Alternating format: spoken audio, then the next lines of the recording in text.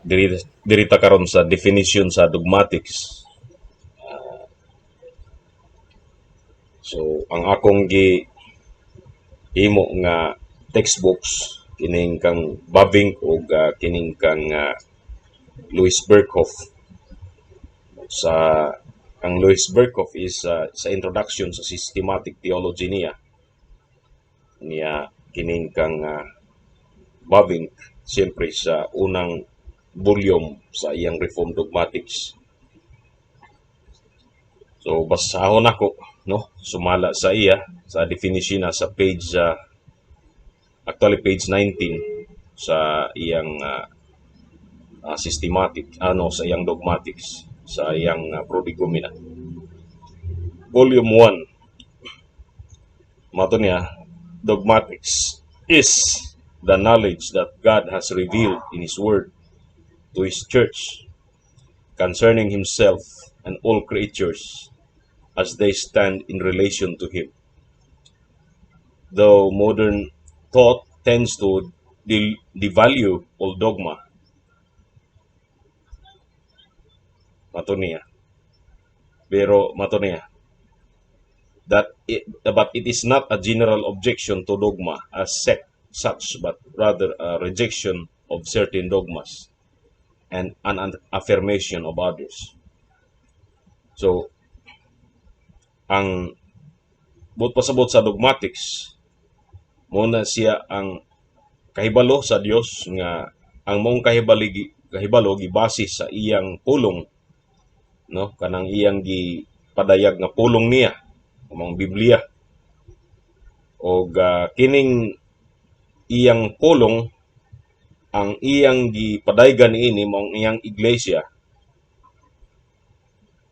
o ang content sa iyang pulong walay lain kundi ang iyang kaugalingon. May tungod sa iyang kaugalingon ang content ni ana. O in relation kini sa mga binuhat niya tanan nga creatures. O kini ang content ang Dios in relation sa iyang mga binuhat. O ang pinaka labing dako nga gihatagag pansin sa iyang binuhat mao ang iyang katawhan, mao ang mga katawan sa Dios. So mo nay pinakadakog dako og espasyo diha sa balaang kasulatan ug kung aduna may gihatagan og pagtagad nga uban nga mga subjects kana resulta lamang kana sa iyang dako nga pagtagad sa iyang katawhan. So di man pwede nga ang katawhan lay iyang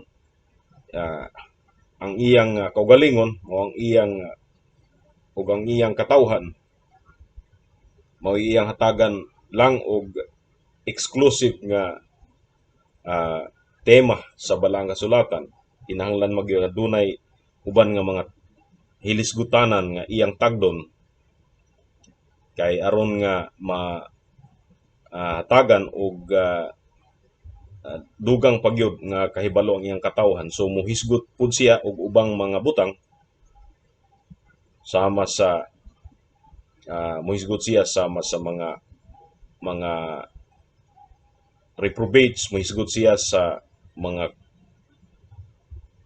gingharian outside sa iyang iglesia, mohisgot siya sa mga panghitabo, mohisgot siya sa tanan nga butang outside sa iyang iglesia.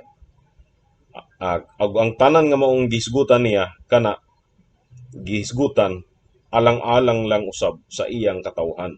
So ang dako kaayo og bili ang iyang katawhan tungod kay ang iyang katawhan iya manghigugma. So ang gugma sa Dios may naghatag og bili sa iyang katawhan. So dinhi makit-an nimo nga ang content sa balaang kasulatan siya ug ang iyang katawhan. Og siyempre ang unsa ang mga responsibilidad sa iyang katawhan diha kaniya. O unsay ilang angay nga himuon, no, sa Dios, unsay ilang response sa Dios. So naa diha sa balang nga sulatan kana. So kana ang content, no, nga gipadayag sa Dios sa iyang katawhan. Now kana tanan, no, dunay mato diri, though modern thought tends to devalue all dogma. So although devalue, giwad-an og value ang tanan nga dogma sa mga modernists, mga modernong katawhan, labi na sa mga evangelical, wala nila hatagi og dakong pagtagad kini kay para sa ila walay value kini, labi na tungod sa influensya sa mga liberal theologians ug ang father, ang amahan sa liberal theology, mga theologians, the father of modern theology, liberal theology, mao si Schleiermacher. So kini si Schleiermacher mo ni siya ang amahan sa moderno o makaliberal nga mga theologians. O tungod sa ilang paghatag og emphasis, overemphasis sa eksperyensya sa mga tao, nga ang theology naka-base diha gyud sa eksperyensya sa mga katawhan. Ang dakog content sa ilang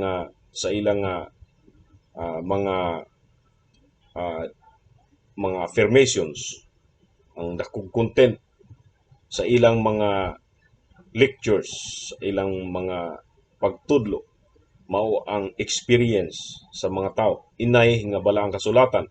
So muna ang liberal theologians, busa tungod kay wala naman gyud, no, diha sa historical dogmatic nga theology naka-base ang ilang teaching. Busa ang dogma ingon nga historic nga hisgutanan sa iglesia, historic nga gipanghawakan, gi-hold, gigunitan sa iglesia, ilang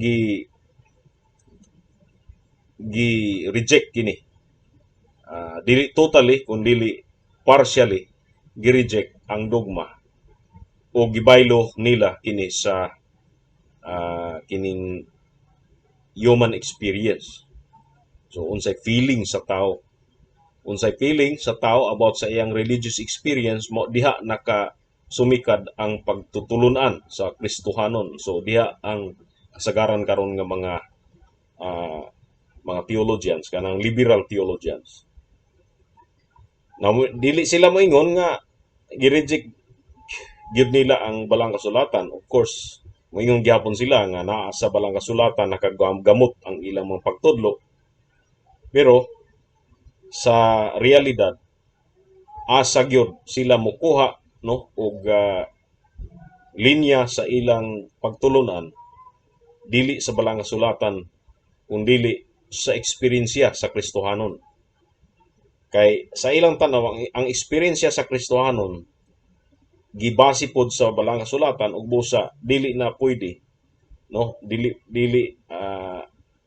pwede nga i-reject lang ang eksperyensya sa general nga Kristyanismo ug ang iglesia, na ang eksperyensya sa iglesia dapat sa ilang individual nga mga kasinatian dapat naka-base diha ang pagtulunan sa mga Kristohanon.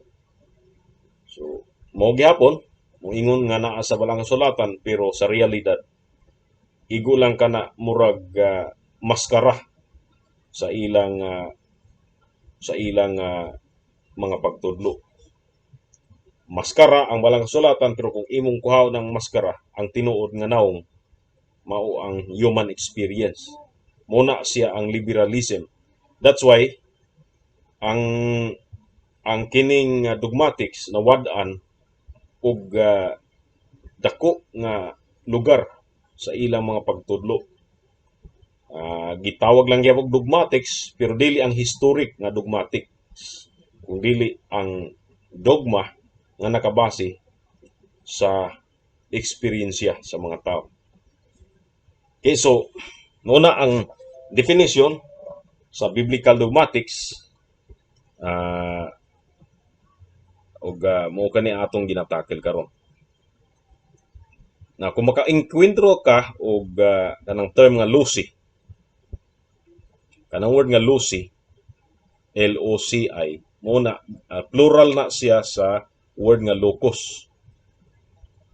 Kanang word nga locus, meaning ana is place, lugar. Loci, places. Okay, so pero kung maghisgot ta sa filosofiya or sa theology, ang mao nga term wala naghisgot sa kaning spatial nga term, kanang inay space nga lugar, na ay lugar sa atong nga lugar, lugar sa Loreto, lugar sa Pagadian, o lugar sa Butuan. Ang loci, ang locus, nagpasabot lang na siya sa meaning ana asa ni lugar ang mga argumento. Akong basahon si Babbing, the term loci was borrowed from Cicero and served to translate the Greek word topoi. By topoi, Aristotle meant the general rules of dialectic that were known of themselves and established, and could therefore serve as elements of proofs. Transferring this theory of the topoi from dialectics to rhetoric, Cicero used the term for the general rules or places where a rhetorician could find the arguments he needed when treating any given topic. He defined the loci as basis from which arguments are adduced, reasons which give credence to matters of doubt, and referred to such sources as the idea, the definition, the division, the basic meaning of words and synonyms, and so forth. For centuries, these topical loci, which made available to public speakers the means by which they could find the necessary material and proofs of their chosen topics, continued to be important in rhetoric when this sedes argumentorum, meaning niya is debating databases, bore a general character so that they could serve in relation to all subjects. They were called common loci. By contrast, the name proper loci served to designate the proof texts that could only be applied to certain subject. Okay, so ang bot pasabot ni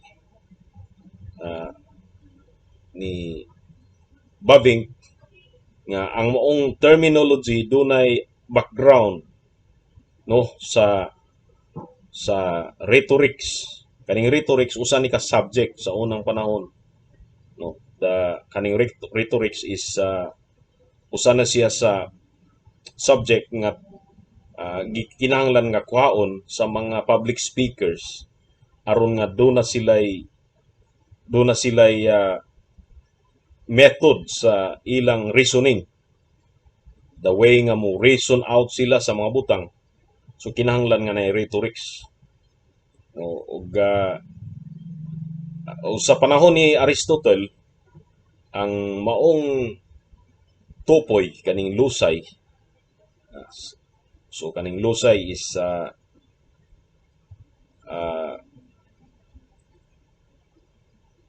kini ang loci ug ang topoi pare-pareho ra ang buot pasabot ni ana, pero sa panahon ni Aristotle ang iyang buot pasabot ni ana is philosophical ang buot pasabot ni ana, meaning kadtong rule sa dialectic, kanang dialectic, no, ang buot pasabot sa dialectic is usa kini siya sa paagi sa philosophy unsaon niya pag-come up ang kamatuoran pananglitan. Sa panahon ni Aristotle, ang paagi sa question and answer o gamit kini nga pamaagi sa the way unsaon nila pagkuha ang kamatuoran sa question and answer, ginagamit kini sa panahon ni kining Plato, no? Sa estudyante sa si Plato, sa iyang master nga si kining ang iyang master nga so ang sa diha nga ang tupoy or ang lusay o tupoy ginagamit sa una panahon sa philosophy. Ang pasabot niya na mga kamatuoran, general rules sa dialectic, kanang the way nga mukuha sila sa kamatuoran, question and answer. Nga ang maong question and answer ilang masayran pinaagi sa mga rules. Dadto ni mga rules sa dialectic. Kung kanang rules nga dialectic, nahibal-an nila nga dili gyud kadudahan, naagi kamatuoran ang rules sa dialectic sa ilang panahon. So, sabot na mo ni ang na-establisher nga mga rules or mga axioms, elements of proof, matod pa nila dili, elements of proofs, aron makakam up sila og kamatuoran. Panglitan mo question sila about God. So na ay mga question and answers nga kinahanglan kung kana ang mga questions and answers kung matubag na siya, no? So makakam up sila og answer sa question, what is God? So kanang question and answer mismo, no, dili na siya pwede nga kadudahan kay established na siya nga mga rules. So mo ang tawag anang ana nga pamaagi sa pagtugkad o pagkuha sa kamatuoran, ang tawag ni ana is tupoy, no? Tupoy or diha gikuha ang word nga topic, kanang English word nga topic, dagi kuha sa tupoy. Yun, sa pag-abot ni Cicero, ang kining tupoy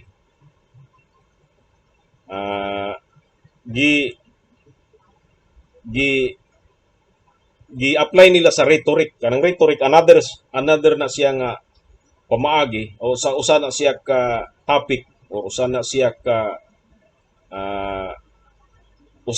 ka subject nga kuhaon sa tao nga gusto nga mahimong good public speakers or para sa iyang reasoning, no, kung saon niya pag reason out sa diha nga maghimo siya og mga orations, muhimo siya og mga discourses. So kanang rhetoric nga subject kuhaon na nila, og ang tupoy, no, ang tupoy gikuha nga concept gikan sa philosophy paingon sa rhetoric. So mura gihapon general rules or places where a rhetorician could take the arguments. So mura gihapon ang principle, although nga sa ila panahon ni Aristotle, no, kana gigamit kana sa philosophy, o sa panahon nila ni Cicero gigamit para sa rhetoric. So kani si Cicero Roman orator ni siya, Roman lawyer ni si Cicero, while kato sila ni Aristotle mga mga Greek philosophers, sila Plato.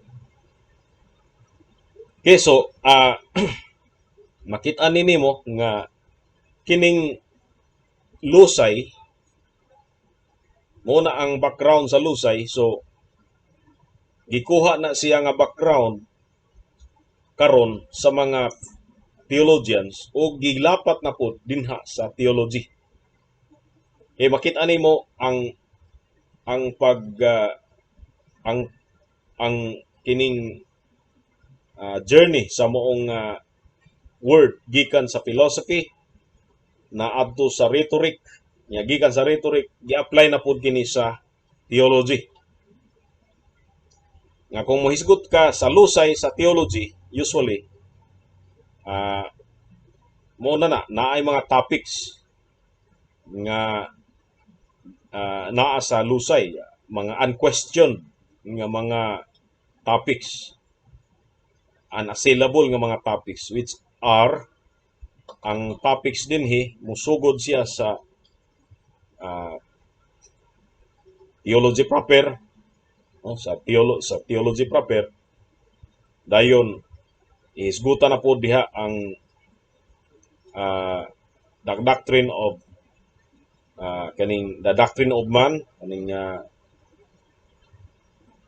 dayon giisgutan the doctrine of Christ, then the doctrine of salvation, na po diha ang the doctrine of the church, dayon maisgutan na po diha ang the doctrine of the last things. So unom ni siya ka locus or lusay, no? Unom ka lusay nga naghisgot na siya, mo na siya ang unquestioned nga mga topics nga why si bisan kinsa mga question ini gumikan kay given na siya uh, sa systematics. So makita nimo nga gikinahanglan gyud na sa mga pastors kining mga butanga. Pero ang observation nato mo na nga siyempre ang ato lang ikasulti atong sama sa uban nga term nga dunay pagan background, ang uban nga term sama sa hermeneutics gigamit nato nga term nagikan sa Greek god nga si Hermes, the god, the messenger, no? Ang the messenger god. Wala man ta nituo ni ana na dunay Hermes. Wala man ta nituo. Although gikuha nato ang term lang kay i-accommodate lang nato atong kagalingon sa mong term, pero wala ta nituo sa mismo kang Hermes. Mo gihapon kana nga sa dihang mo gamit ta sa word nga lusay, although aduna siya origin sa pagan, pero taman lang ta mukuha sa term og ang idea, pero nung ka nga ang idea, ang substance mismo sa maong lusay atong kuhaon. Kay nagtuo ta nga walay brute facts, kanang gitawag brute facts kang Cornelius Bantil ni siya sa iyang apologetics. Meaning nga walay idea nga tinuod sa iyang kugalingon kung wala ang Dios. Unay meaning sa brute fact nga ang mga pagano, mga unbeliever nagtuo nga dunay truth mismo sa iyang sarili. Nga kada butang na dunay truth sa iyang sarili independent of God. So bisan pag walay Dios, ang truth ni ana nga butang truth mo pabilin na siya. While ang Kristohanon dili mo tuo ni ana tungod kay kita, ang truth gyud siya mahimo lang siya nga kamatuoran kung dunay Dios nga maoy gigikanan, maoy nag-reveal ni ini nga truth. So kung mohisgot ta sa lusay, dunay lusay in as much as ang Biblia nagtudlo ni ini. No, kung wala itudlo sa Biblia, walay lusay sa iyang kugalingon. So taman lang ta i-accommodate na to atong sarili para sa term, pero nung ka nga mutuo ta nga dunay mismo sa Greek philosophy ug sa Roman rhetoric nga dunay mga truth sa ilang kugalingon. Okay, so muna siya ang atong observation. So ang kanang makainkwentro ta sa word nga lusay, muna ang background ni ana.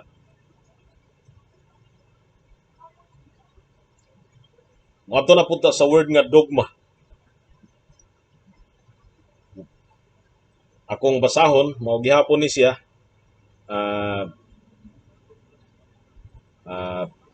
Basaho na to. Gikan siya sa Reformed Dogmatics, Volume 1, pages 28 to 29.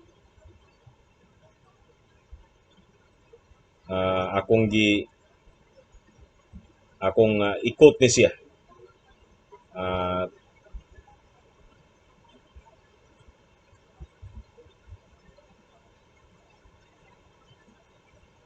Actually, kining uban ako ning gisulat di ay kining uban gikan na sa kang Babing, kini akong gi-highlight.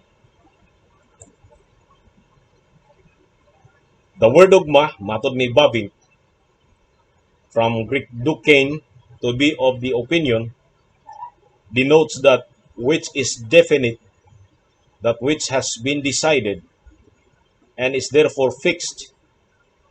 So, ang word nga dogma, ang meaning ni ana is gikan sa Greek nga dukein, unsa ang nahukman na, unsay sentensya, unsay na desisyonan.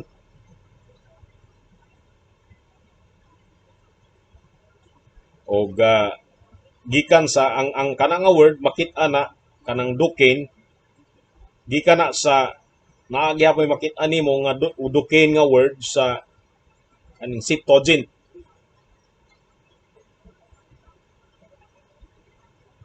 In scripture, meaning Septuagint, it is employed to refer to government decrees. So, ang Septuagint Greek translation sa Old Testament nga Bible, o every time nga mo appear na siya kanang word nga dukein diya sa Septuagint version, labi na sa Esther chapter 3 verse 9, Daniel 2:13, Daniel 6:8, Luke 2:1, Acts 17:7, nag-refer na siya sa mga ordinansa or mga statutes, mga balaod nga naa sa daang tugon.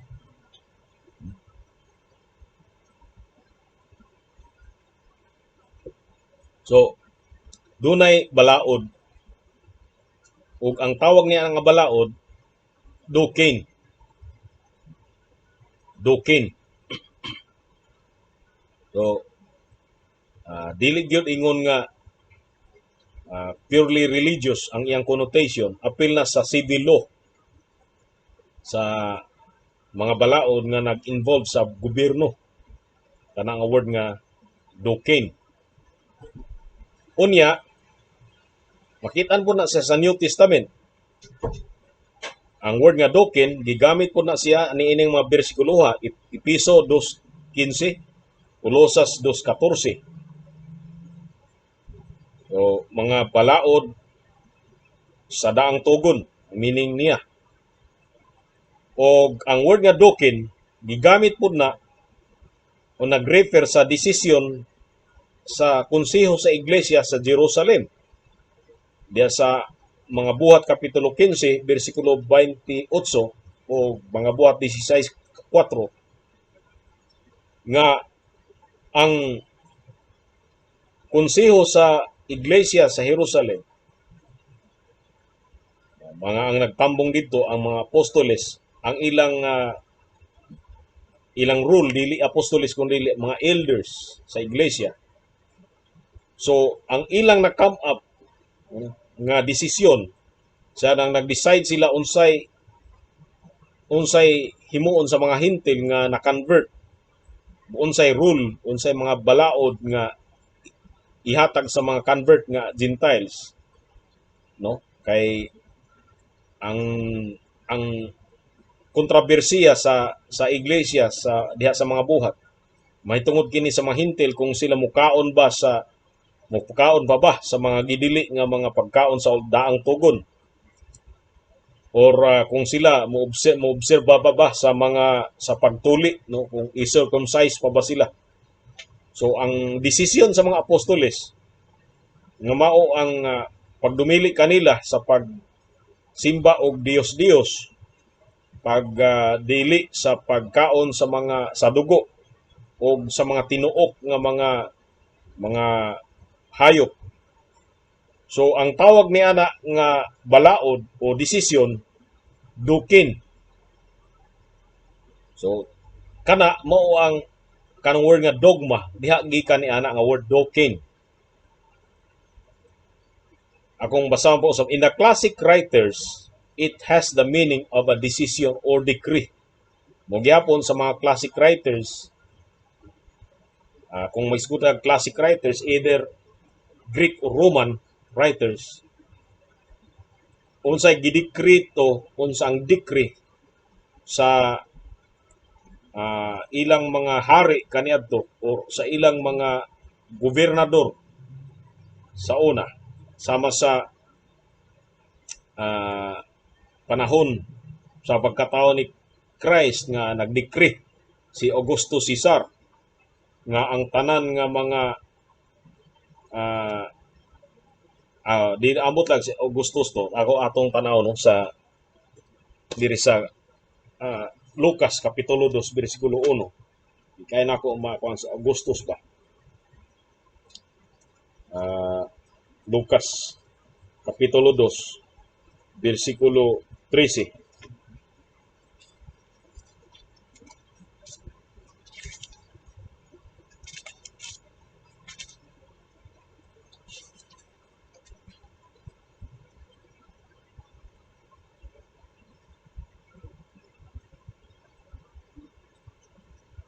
Dos uno de, dos uno, sorry. Daniel man ang dos tres, Lucas dos uno. Augustus gyud ay. And it came to pass in those days that a decree went out from Caesar Augustus that all the world should be registered. So kaning word nga decree,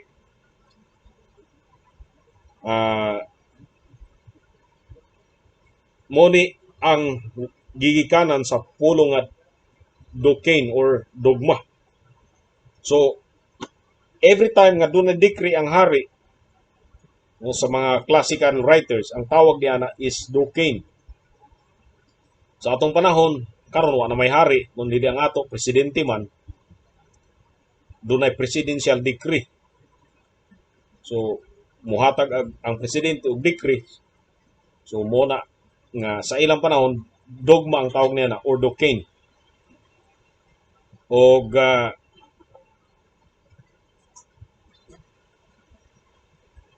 the word in this senses was also adopted in theology.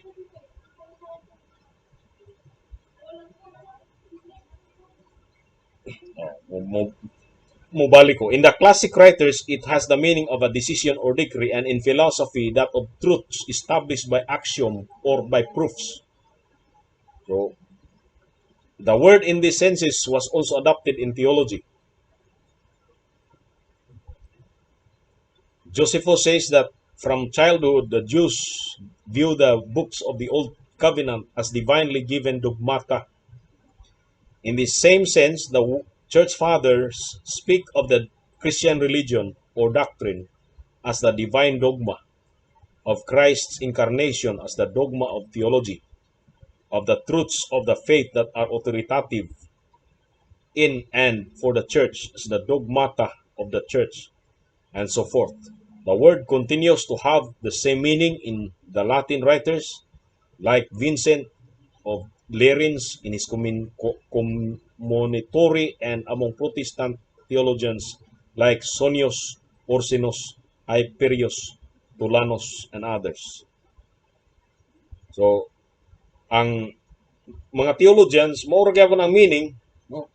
Nga meaning niya na is decree or unsa ang axioms sa mga axioms, pero dili na sa philosophy, di na sa rhetorics, o di na sa politics, kung dili karon sa church na, no, gigamit ang moong word diri na sa church. So every time nga dunay konseho ang church,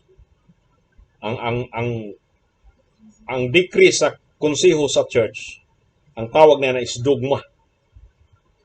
So ang meaning sa konseho, ang mga pastors nagtigom sa tingob ang mga pastors.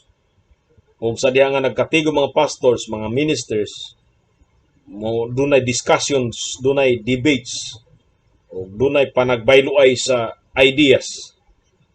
o hangtod nga makakam up sila sa desisyon nga kini nga kamatuoran biblikal o kadto nga gipresentar dili kadto kamatuoran kay wala sa Biblia. So sa dihang maka-come up sila og mga maka-promulgate sila og mga kamatuoran, ang tawag ni ana decree or doctrine. Ang tawag ni ana dogma. So akong basahon gini akong gisulat gamay. This word, because of the influx of anti-intellectual sects in our modern period, has almost become a derogatory term, and the ignorant religionists wanted to portray that the most important thing in the church today is love and not knowledge. But what they mean by love is the banishment of all axioms and moral standards and the removal of justice and condemnation. But that is not love, since love does not rejoice in iniquity, but rather promotes knowledge, holiness, and righteousness. Here, love of the truth necessitates the presence of dogma, and without dogma, everything is meaningless, including love itself. Dogma is simply meant matter whose facts or truths are established by reason of who has said it.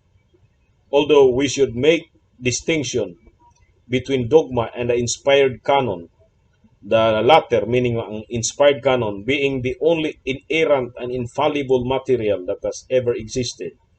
Yet dogma, after having formulated through the investigations of the scriptural data or scripture data, derive its authority from the latter, meaning from scripture data. Hence becomes the projection of scripture itself, by whose light the church should follow, just as the beams of the sun must not be identical with the sun itself, yet they represent the sun. The same can be said about dogma. It is not the word itself, it is the projection of scripture. This should be what ecclesiastical dogma consists itself. But the word is not limited to ecclesiastical concept. Anything that is regarded to be authoritative by reason of who had said it and what made it can be said to be dogma. Thus, we have political dogma, philosophical dogma, or scientific dogma. So, ang pasabot nato nga ang matag butang nga dili kadudahan og establisado na nga kana ang tinuod, ang tawag niya na dogma. Pero lagi dili lang kay sa theology lamang kini makaplagan, apil na sa lain nga disiplina, lain nga mga disiplina, sama sa philosophy, sama sa politics, o sama sa science. So pwede gamiton ang word nga dogma dito diha ni ana nga mga disiplina. So pag moingon nga dogma, doon na po'y scientific dogma, doon na po'y matawag nato nga philosophical dogma, no? Doon na po'y political dogma. Pero mopadayon ta, I do not approve, akong gisulat ni, that assertion that there is such a thing as non-religious dogma. Every dogma, whether philosophical, political, or scientific,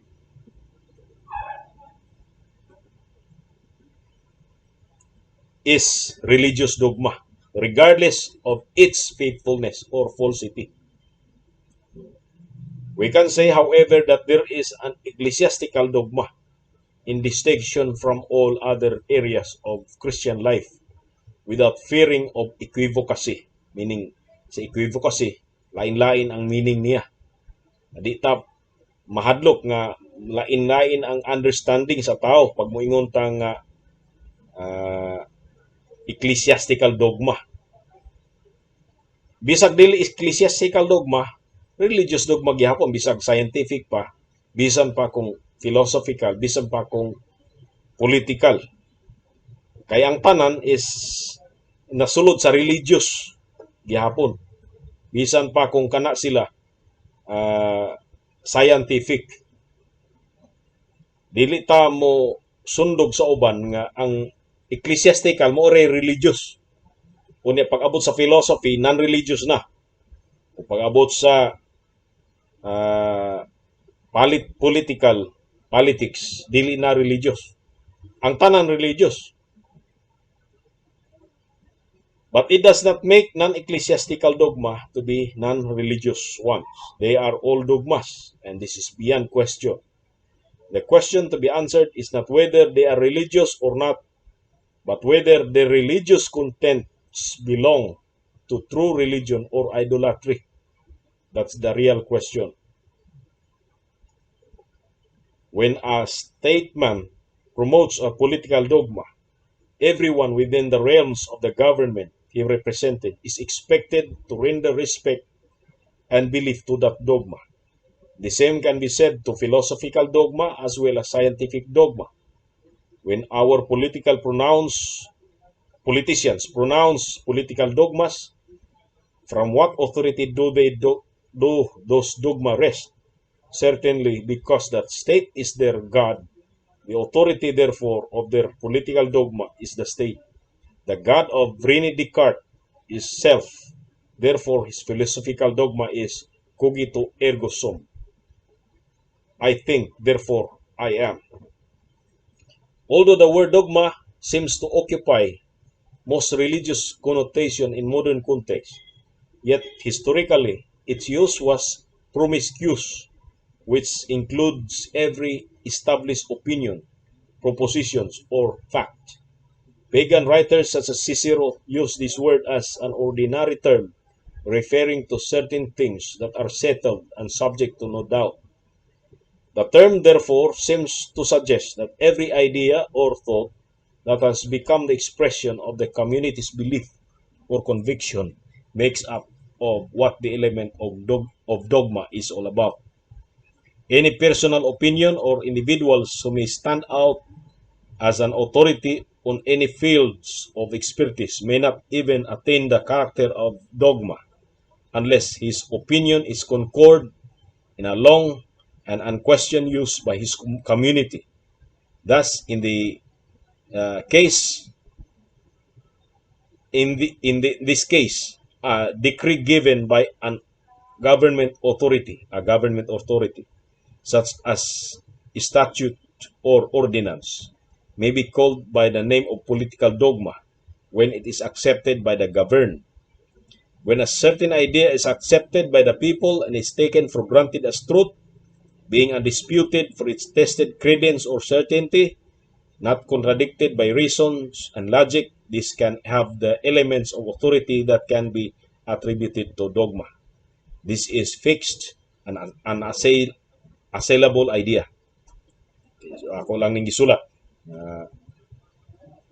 So ang meaning nato diri is ang dogma kinahanglan nga naanay long usage, not necessarily long, kundi naanay usage sa katawhan nga kanang truth na accept na sa mga katawhan o daan na nga take for granted nga kamatuoran before na siya matawag nga dogma. Kung ang usa ka butang bisan pa kung adunay tao nga expert ni ana nga kamatuoran, pero kung siya lang ang isgot ni ana, magpabilin lang siya nga opinion. Pero kinahanglan nga i-accept na sa kadaghanan nga kamatuoran aron siya makabaton og karakter nga dogma. So kung usa lang ka tawo mo tudlo ni ana unya dili pa accepted sa kadaghanan ug sa mga tao, dili pa siya matawag nga dogma. So, kana atong huna-hunaon nga sa diha mahisguta sa dogma sa theology, gumikan kay gi-accept na kana sa katawhan sa Dios nga mga kamatuoran. Busa diri sa atong panahon karon nga diin ang mga kasimbahanan ang mga pastor tungod sa ah, tungod sa idea sa individualismo, labi na sa Baptist nga mga churches. Ang mga Baptist nga churches moingon nga ako man wala kay pakialam. Lain-lain tag simbahan. Dunay autonomy ang kada iglesia. Ako ni nga conviction, ako ni nga binasahan sa kasulatan, why labot nimo?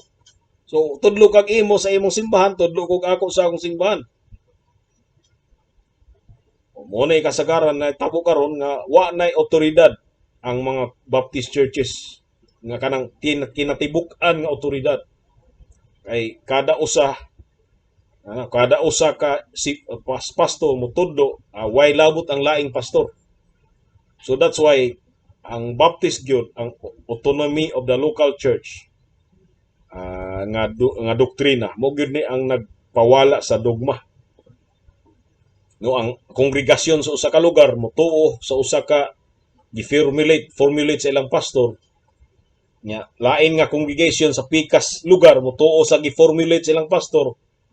Pag abot diha di magkasinabot, lain-lain og opinion. Kay ngano, walay kinatibuk-an nga dogma nga ilang gigunitan. So bawal sa ila ang kinatibuk-an nga relihiyon o kinatibuk-an nga pagtulunan. Now, kining dogma dili pwede mahimong dogma kung dili i-adapt sa mga katawhan ang maong kamatuoran. Dili masayran og ilang dawaton nga kini kamatuoran. So muni ang nahitabo nga kasagaran sa dunay creed, mga creedal nga churches, mga confessional nga mga churches, dili gyud pwede mahimong Baptist. Confessional nga churches unsay kamatuoran dito mo'y kamatuoran diri. That's why kinahanglan nga mga ministro mag-abot sila, magpang-abot sila unsay nakatunan sa usa ka ministro itudlo. Before ka mahimong pastor, kinahanglan nga makakaton usa ka. Before ka i-ordain, kinahanglan nga ihatag, i-transfer ang knowledge sa usa ka pastor dito sa lain nga tao aron mahimong ma-ordain sa ministry. Tungod kay ang kamatuoran, usa ka kinatibuk-an nga kamatuoran. Nga dili pwede nga isolated nga gitudlo ni so-and-so. Di ko pakialam nako ana, mo-study na po kog Biblia nako diri. Ngona pod ako dinhi. Pero kung imong tan-awon gikan sa sinugdanan ng iglesia, dunag yoy concurrence sa kamatuoran sa tibuok iglesia sa tanan nga pastor. Busa dunay dogma ang church. Ang dogma kinatibuk-an nga kamatuoran nga nakatunan o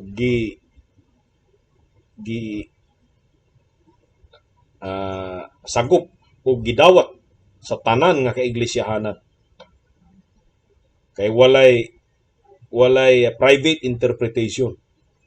Kinahanglan nga ang kamatuoran sa balang sulatan mo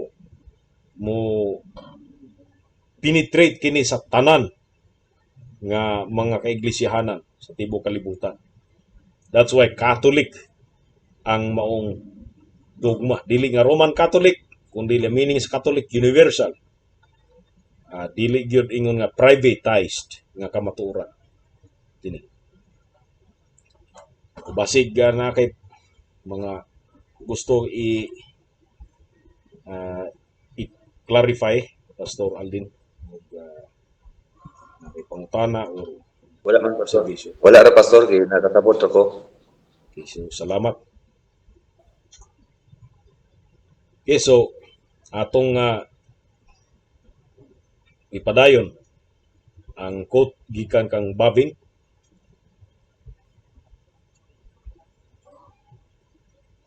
The use of the word dogma teaches us, in the first place, that a wide range of commands, decisions, truths, propositions, and rules for living can be denoted by it. Nonetheless, the element that they all have in common is that dogma consistently stands for something that is established and not subject to doubt. Cicero, therefore, correctly characterizes it as something stable, fixed, reasoned, and that no argument can shake. Still, there is nothing in the word itself that explains why something is a dogma and deserves credence. The authority or ground from which a dogma derives its firmness differs in accordance with the type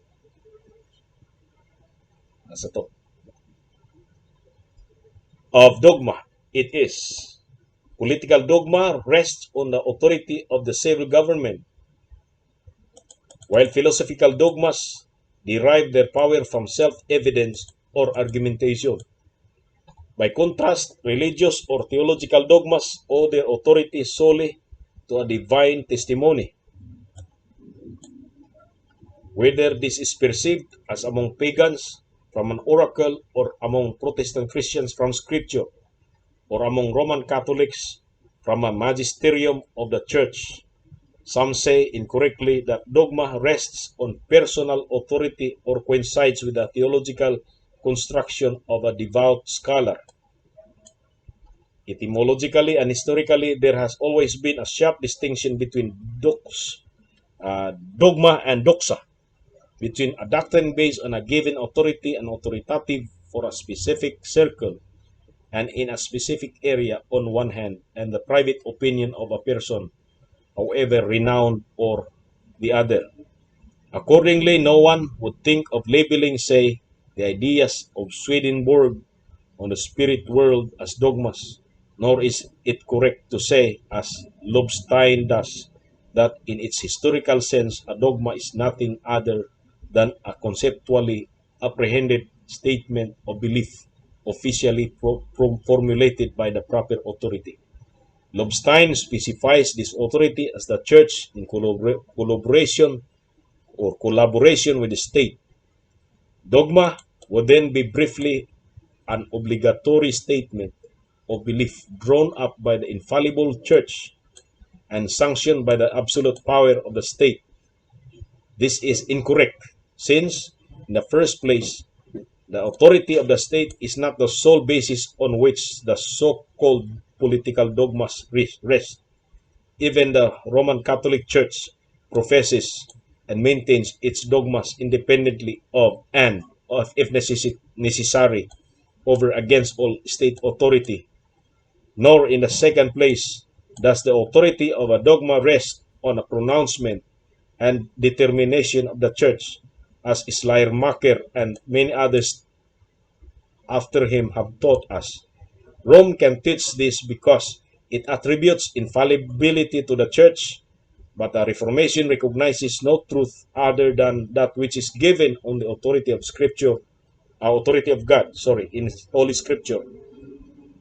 The Word of God grounds the articles of faith and ground that no one, not even an angel. Dogmas, articles of faith, are only those truths which are properly set forth in Scripture as things to be believed. It is only those propositions or sententiae which must be believed on account of a mandate from God.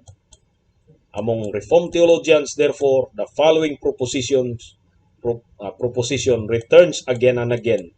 The principle into which all theological dogmas are distilled is, God has said it. Okay, so, kini siya, makita nato nga kining word nga dogma, kinahanglan gyud nga dili lang kay usa ka tawo ang nagtudlo og nag-adapt niini, kundi gi-adapt kini sa komunidad. Og unlike sa Roman Catholic Church nga nagsulti nga ang iglesia pinagi sa Santo Papa infallible o inerrant, infallible siya. So therefore unsay gisulti sa Pope dogma, ang Protestant, no, ang Protestant nagatudlo nga mahimo lamang kini nga dogma kung kini gitudlo sa balaang kasulatan. Dili tungod kay gitudlo kini sa usa ka tawo, usa ka awtoridad nga tawo, unsa kang kinsa nga awtoridad nakabasi, mahimo kining dogma kung kini gitudlo sa balaan nga kasulatan. Although nga sa diha nga gidawat nato ang usa ka kamaturan nga dogma, wala ta naglapat og infallibility niini. Ang infallible kanato mao lamang ang balaang kasulatan.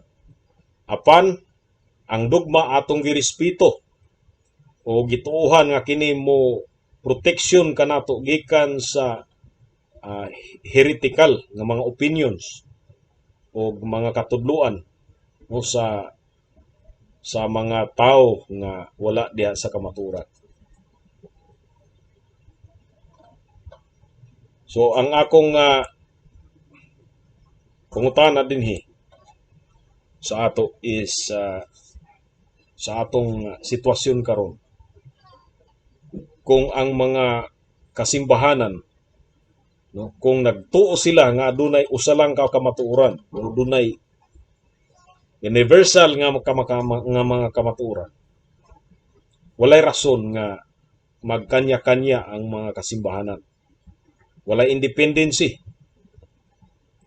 Ang dapat gyud mao nga magka-come up og kamatuoran pinaagi sa pagkat-on sa pulong sa Dios og sa free nga debate og free nga discussions among ministers of the word. Kung dunay discussion, mahitabo ang pasabot ni ana nga maka-come up dayon sa promulgation sa kamatuoran o mawala ang kaning kanya-kanya no pag independensya sa matag usa nga murag ang kada usa dunay laing kamatuoran nga gi-reveal ang Espiritu Santo ug ang kamatuoran iya lang ni ana kaniya. Dili mao kana ang ideal sa atong panahon, kundi ang ideal nga ang tanan nga iglesia maghiusap pinaagi sa kamatuoran.